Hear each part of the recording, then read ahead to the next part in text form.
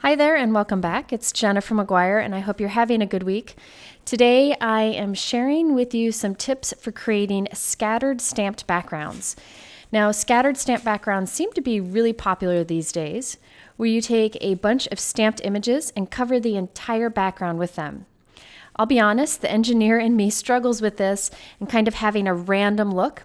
So I'm going to share with you some tips in case you have struggled with it too. What I found has worked well for me. And the great thing about this technique is once you've formed your stamps into a scattered background, you can make many cards at once. So I actually have 7 different card ideas or options for using scattered background stamping. I show how to do these backgrounds with a stamping tool such as a MISTI and without. Both are easy, so I'll show both in this video. Now, all of my cards are made from 2 stamp sets. These are from the Ink Blot shop. On the left, we have the Arts and Crafts Icon stamp set. And on the right, we have the Arts and Crafts Sentiment stamp set. These work by themselves or together very well. I like that the set on the left has large images and the set on the right has smaller images and some sentiments. These just made me so giddy. I mean, these are right up any crafter's alley. So I thought they would be fun for creating a scattered background so I could use as many images as possible. And I trade out the sentiments that I use on each card. Now, to create a scattered stamped background, you could just start stamping and just stamp your images as close as possible to each other. But I find it best to instead arrange all the images and create my own background stamp from them. The way I like to do this is I have a piece of white cardstock there. That's the size I want to stamp on. It's about 4 inches by 5 1/4, so it'll look nice on a note card. Over that piece of white cardstock, I have just a piece of clear plastic that was a backing from this stamp set. So I'm just using it temporarily. So here I have the plastic on the top and the cardstock below it. And I just know I want to arrange my stamps so they fill in that white cardstock area. Now, what I like to do is start with a few big images first, then start filling in the area around it. I find, for me, scattered stamping is better when I have everything pretty much straight. So pointing up and down or side to side, it just works better for me. Except those scissors. I thought it'd be fun to have the scissors kind of go a little diagonal there, but everything else is going to be pretty straight. A lot of creating is finding your comfort zone and stretching it a little bit. So for me, doing the scattered stamped background is a little bit of a stretch, but I kind of keep it comfortable by making things straight. I will link to a couple artists in my YouTube description below who do excellent scattered stamped cards, and I hope you'll check those out for more inspiration. Now, as I'm laying these stamps down, I do need to mention I am placing them onto that plastic sheet with the back of the stamp facing up and the part that you ink and stamp facing down. That's really important. If you find little areas where you don't have a stamp to fit in, that's okay. You can look at other stamp sets for tiny images or add accents there later. But thankfully, these stamp sets had plenty of images to fill that entire background. I'm first going to show you how to do this technique with a stamping tool. So I have my MISTI here. I'm going to pick up that plastic carefully and lay it into my MISTI. Now I am going to look and see where the edge of that white cardstock lines up with the grid in the background. It's like 3 little blocks from the right and 5 blocks from the bottom.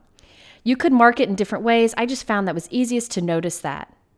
Now I'm going to press the door down on my MISTI, make sure I pick up all of those stamps. And now all the stamps are transferred into my MISTI. I can peel that plastic away and set it aside.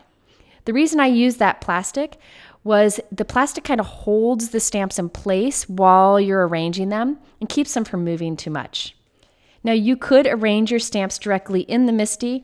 I just found it easier to do it outside and transfer it in, but either way would work. I also put washi tape as guides from where my cardstock will go. Now I can do a bunch of scattered background stamps since they're all arranged. So let's start with the first example, and that is to do a spotlight technique. This works really well with scattered stamped backgrounds. So basically I stamp all of the images with a light ink, except one where I stamp that with like bold ink or do coloring on it so it stands out.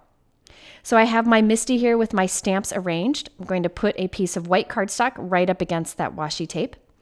And I'm going to remove the one image that I want to stand out, and that is the one that looks like a handmade card. Now the rest of the images I'm going to ink up with the Simon Says Stamp Fog ink. This is a super light gray ink, which I think works great for spotlight stamping. Since we have a lot of images in the MISTI, I'm going to put some good muscle in it to make sure that I transfer all the ink onto the paper. Now in that open spot, we're going to stamp the card with black ink and also a sentiment and a little heart. And then I just did some basic coloring with Copic markers. I'm not going to show it here because it's pretty simple, just added some coloring to it and a little shimmer pen too. So on the front it says "You're Crafty." And then the nice thing about this sentiment stamp set is that there is this fun sentiment to add on the inside that says, "And you're just my type," which I think is really great. Since I used a black note card, I put white cardstock on the inside for a place to write the message.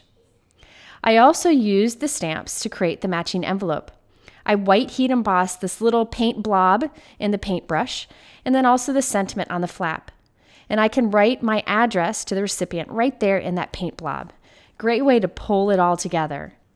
If you wanted to, you could pop that little spotlight image, but I like that it's nice and smooth. Okay, before we go on to the next example, I wanted to show you how I changed this background just a little bit so that it will be a vertical card. So I kept all the stamps in place, just took out that one spotlight card image, and instead I put in a different sentiment from these stamp sets. And then I had to move a few images in closer to kind of fill in the area since the sentiment was smaller than what I had in there below. But everything else is in the same place.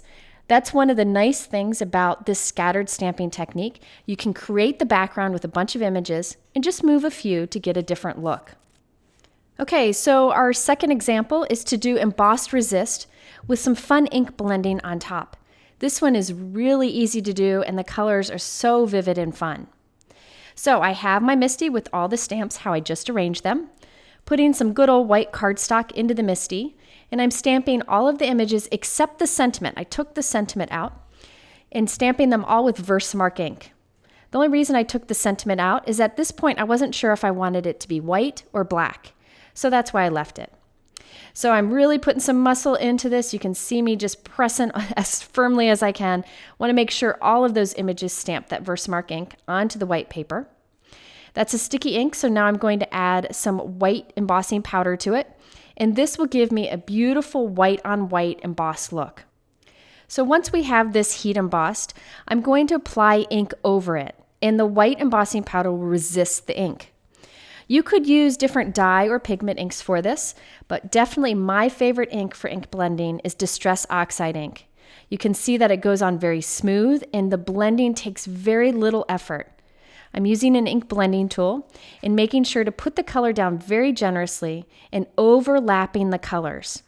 So I'm actually only using 3 colors of ink. This is Candied Apple, Wild Honey, and Salty Ocean. But because I'm overlapping them, I end up with an orange and a green in between those colors. So get a beautiful rainbow look.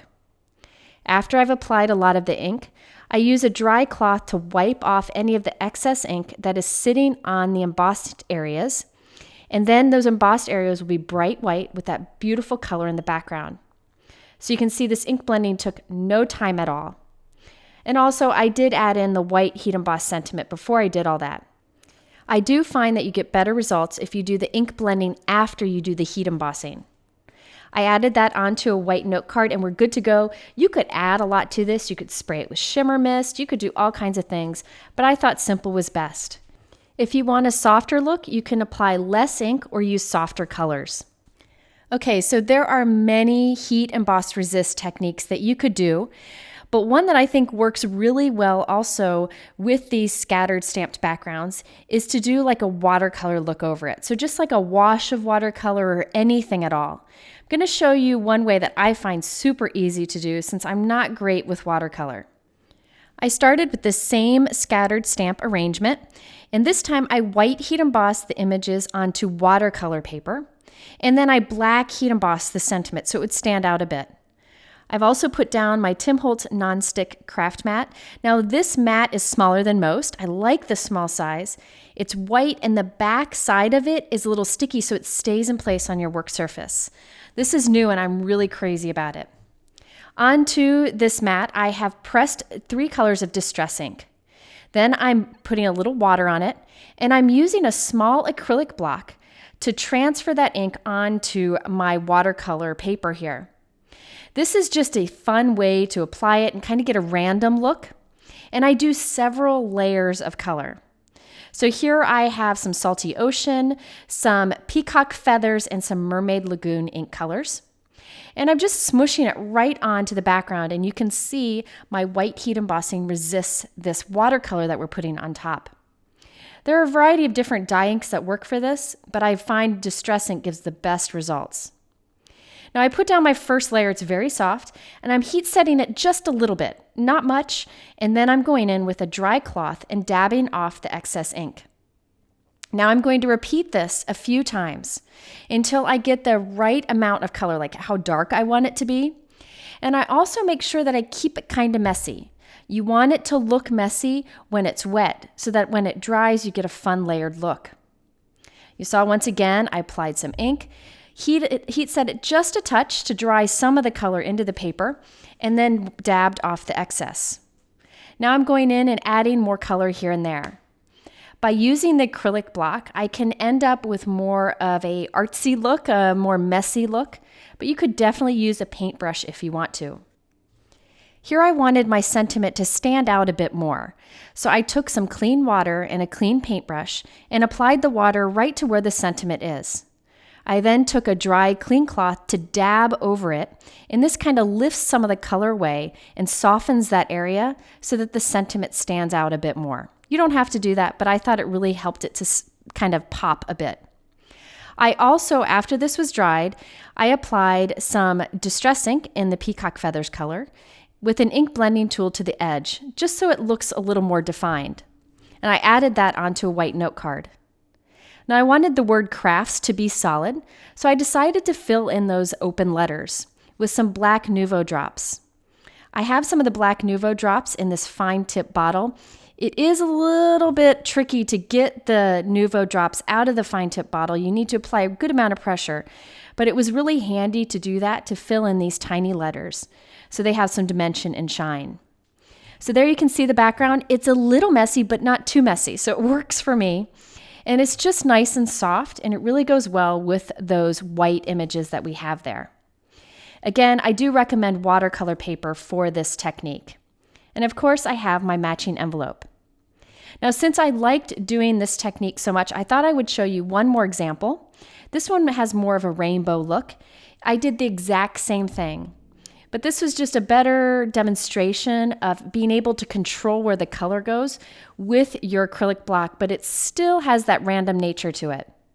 I am again pressing distress inks onto my work surface here, and I'll add some water to it. The more water you put, the softer the look. The less water you put, the more intense the color will be. Using my acrylic block, I'm kind of pressing color into different areas, but I'm making sure that I overlap the areas so I can create new colors. I kind of do a rainbow starting in the top left, working my way in a circle to the top right. So we have some pink, some orange, yellow, green, and blue. You could do this with less color and just allow them to overlap more if you want to. I heat set it a little bit, dabbed away some of the excess color, and then I went and added some more to it. By heating and dabbing and adding more, I can get more of a splotchy look in the background instead of a complete blended look. So there you can see the final result, and I again filled in the letters on crafts so it would kind of pop a little bit, and again a matching envelope. There are many ways you could do this heat embossed resist technique with watercolor. Any watercolors would work. I just find distress inks very handy to use.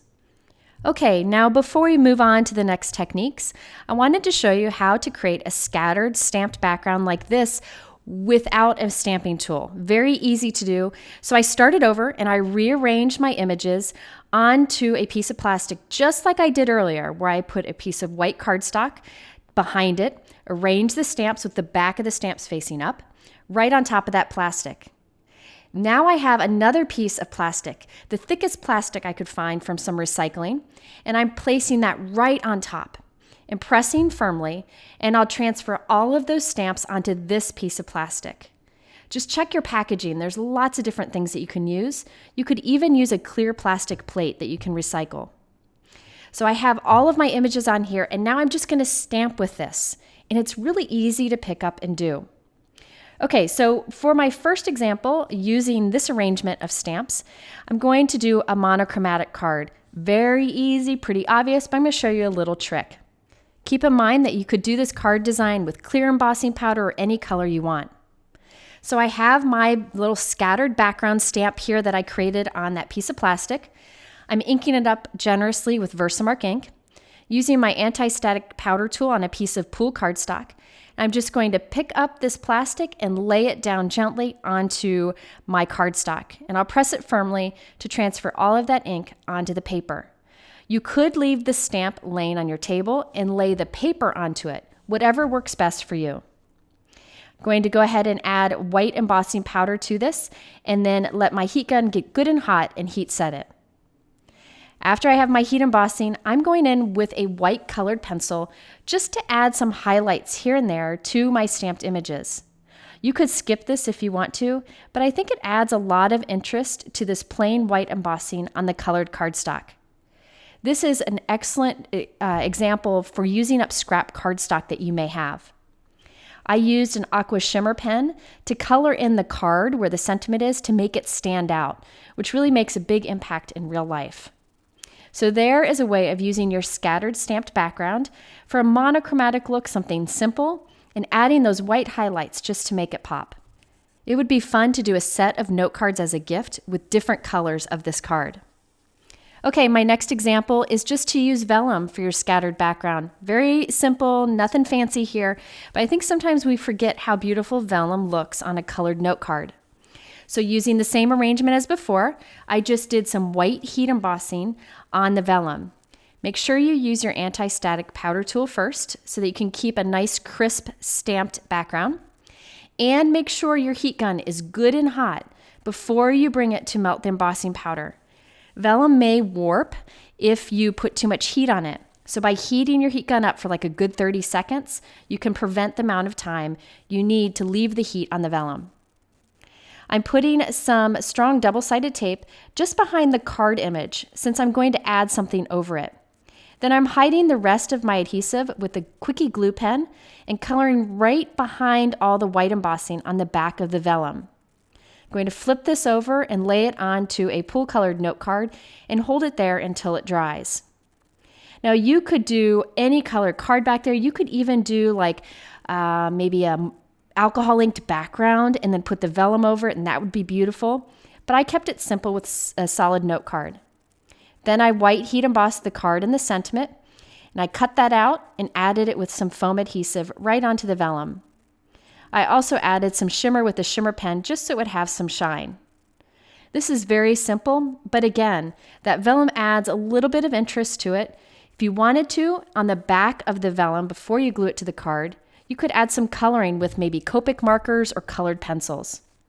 Okay, my next idea is to use your scattered background stamp with patterned paper. Now the key here is to pick a patterned paper that doesn't fight with the pattern that you're stamping on top. I thought this rainbow stripe was perfect. I tend to buy pattern paper but not use it much, so this is a great design to use up some of those patterns that we've been kind of hoarding along the way. So I just did white heat embossing, except for that spotlight image. I stamped that on white cardstock and added some color, cut it out, and added it with foam adhesive. Now, if you have a really crazy pattern paper that you want to use, what I recommend is instead white heat embossing the scattered stamping on vellum, then adding that onto the pattern, just to kind of tone it down a bit. It really makes a big difference. Another idea along the same lines is to create a fun background, maybe experiment with some distress inks or some alcohol inks or something like that, and then just do the scattered stamping on top of that. This particular background here is leftover from an alcohol ink marbling video I did a while back, and I'll link to it here. I had it left over and unused. I kept it, and it worked perfect for this technique. That soft blue marbling was a perfect backdrop for the scattered stamp background with the white heat embossing. So don't always get rid of those backgrounds that you don't use because you might be able to use them for a card like this. Okay, my last example is one that scared me at first. I thought it would be too busy for me, but I ended up liking it for a few reasons. I really like one-layer cards. I feel they mail wonderfully, and scattered stamped backgrounds like this are great for one-layer cards because it has a lot of interest to it. You don't need accents. Here I stamped the same scattered background stamp arrangement for my last examples, but this time onto white cardstock with black ink, and I colored it in. You could color it in any way you want. I just used Copic markers. At first I thought this would be too busy for me, and I planned to put a sheet of vellum over it to kind of tone it down. But I found because I arranged my images so that they would be straight, it kind of helped me. It helped my eye to be okay with having so much going on a background. So I encourage you to experiment and find what works for you and what you're happy with. But sometimes all of those images on a background can be just what you need. Okay, so there you have it, several ways to use those scattered stamped backgrounds. I hope you'll give this a try. I link to all the supplies in my YouTube description below, along with a few other artists that I think you really should check out for more ideas with scattered stamping. In the middle are a couple other videos that you can watch. I appreciate you stopping by. I hope you're having a great week and take care.